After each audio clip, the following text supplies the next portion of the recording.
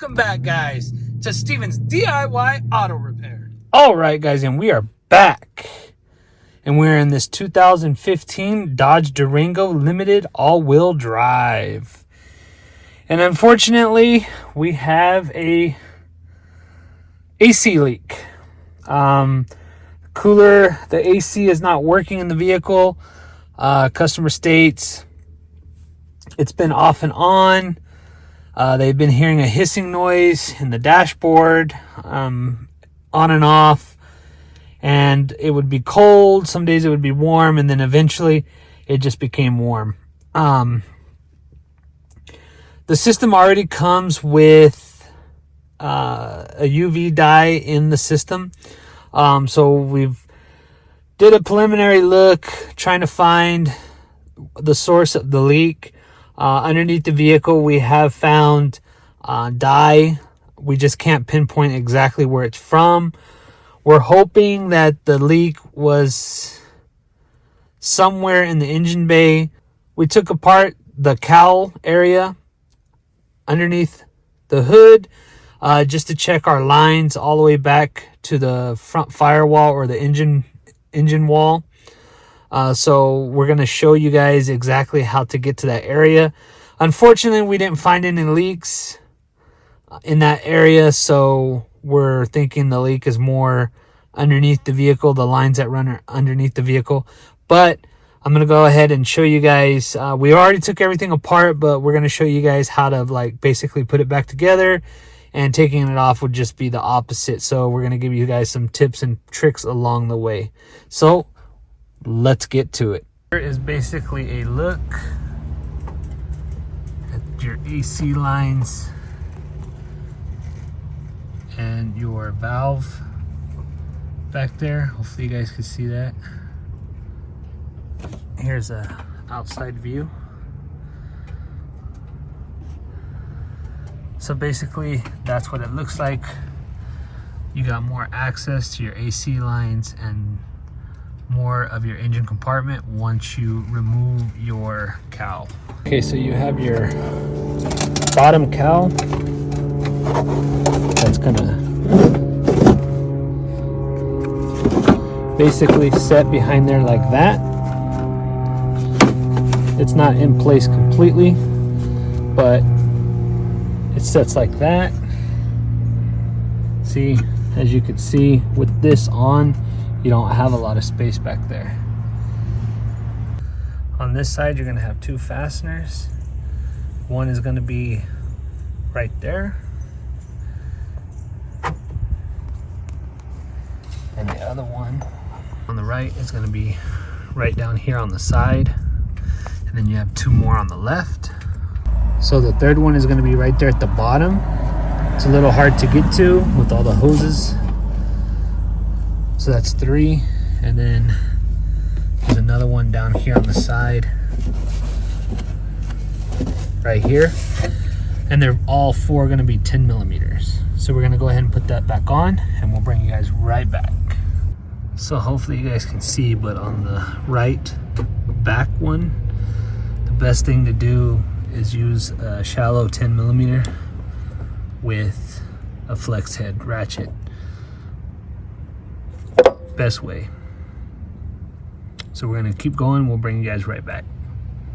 So for the left rear, or the left back one, there's a stud that's sticking out that you need to get the cowl into and the nut on. So we got that, and then if you see down there, we got the left one. And it's a good idea not to hammer all these down, because you're going to need to be able to wiggle your cowl a little bit in order to make everything fit right. So we're going to go ahead, hammer these down, and we'll move on. Also, just a note, same thing, just using a flex head 3/8 socket wrench with the 10 millimeter socket. Okay guys, so we got it all torqued down to spec. And just want to mention that bracket back there that's holding in the AC lines, pointing straight at it. All you got to do to disconnect it because you're gonna have to disconnect it to get that cowl out. That little box right there, I just stuck a flathead screwdriver in it and turned it, and it popped right out. So hopefully that makes sense. Basically what I did was took the flathead just like this inside and right in between, and I twisted and it popped right out. It's basically just like a screw that's in there, and when you open up when you twist it, it opens up those prongs and releases that screw. So just FYI. So now we're gonna come over here and reconnect our, sorry guys, you can't even see. Remount it back to the connector. And I'm gonna need 2 hands for this. Oh, there we go. No, we're not.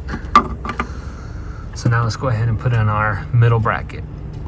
So we got our middle bracket here, and it's held down with these 2 10mm fasteners. So we're gonna go ahead.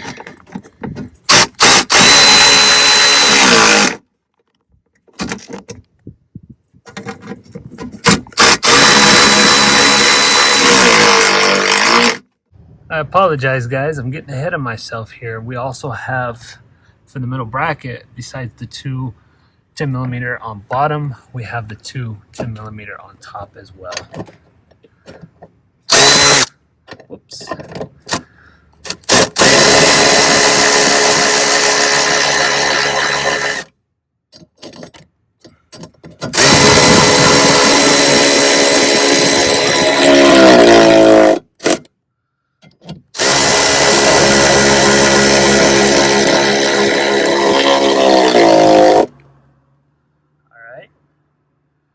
So now we're moving on to laying in our wiper motor. The best way to do it is come in from this side at an angle, because you have a rubber grommet on your motor, and it's just going to slide right into these 2 prongs, and then you're going to have 1, 2 fasteners actually holding it in to mounting it. It's only going to be 2 fasteners mounting it, 1 and 2 over there. All right guys, so I went ahead and took it out, so I'll basically show you. Just tilt it down.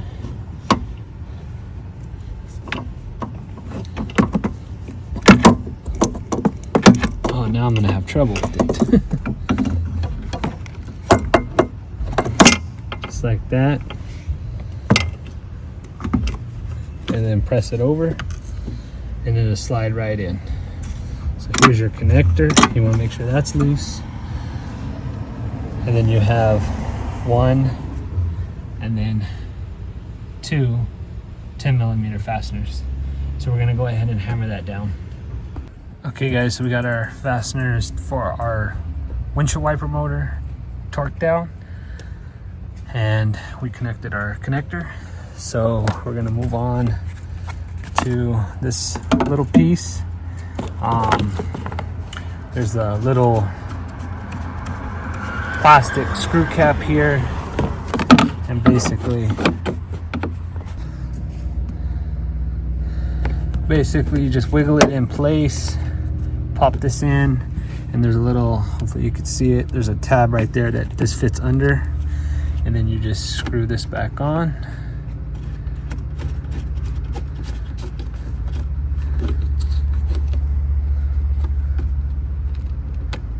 And that's it. That's really all there is to it.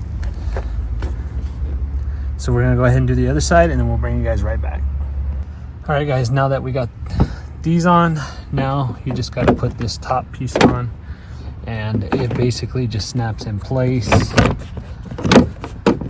You just got to get over your fasteners for your windshield wipers, and then everything else just pops into place. So we're gonna go ahead and put this on, and then we'll bring you right back. All right, guys, so we got our passenger windshield wiper on. For that one, you have to have the hood down in order to get it on, but for the driver's side, you can have the hood up. So I'll go ahead and try to show you.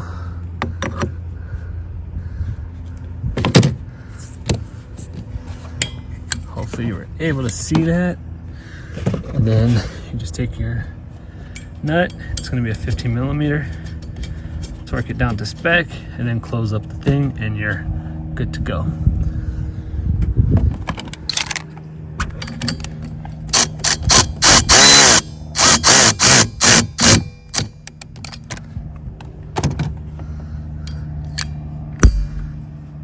Good to go.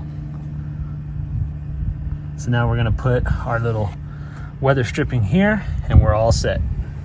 Okay guys, so we get our weather stripping in and it literally just sets on top, just like that. Just push it down. Make sure it's in and you're all set. All right guys, so there you have it. So I know it wasn't much of a video, real quick video, and a little bit backwards today. We took it apart and then showed you how to put it back together. Usually we do it the other way. We tell you how to remove it and then when we put it back together, we don't normally show it. We just tell you it's the opposite way. So anyway guys, a little bit different video today. Unfortunately, we didn't find what I was hoping to find. I was hoping to find the leak in that area. That way it would have been obviously easier. So we're going to do more diagnostics on it. That was just a preliminary visual checking for leaks. We know we have one, we just can't find it. If we have any more updates on it, we'll let you know. But anyway guys, hopefully you liked the video. It was a 2-for-1 special, kind of how to remove your wiper motor, and also how to remove your cowl to get back there to your AC lines and to more of your engine bay where you can have more space to work. So anyway guys, hopefully this video was helpful. If it was, make sure to comment below. Anyway guys, if you like this video, make sure to hit that like button. If you guys would like to be notified when I put out another video, make sure to hit that bell notification. And as always guys, please subscribe to my channel for more informational videos and DIY projects. And as always guys, until next time, have a good one.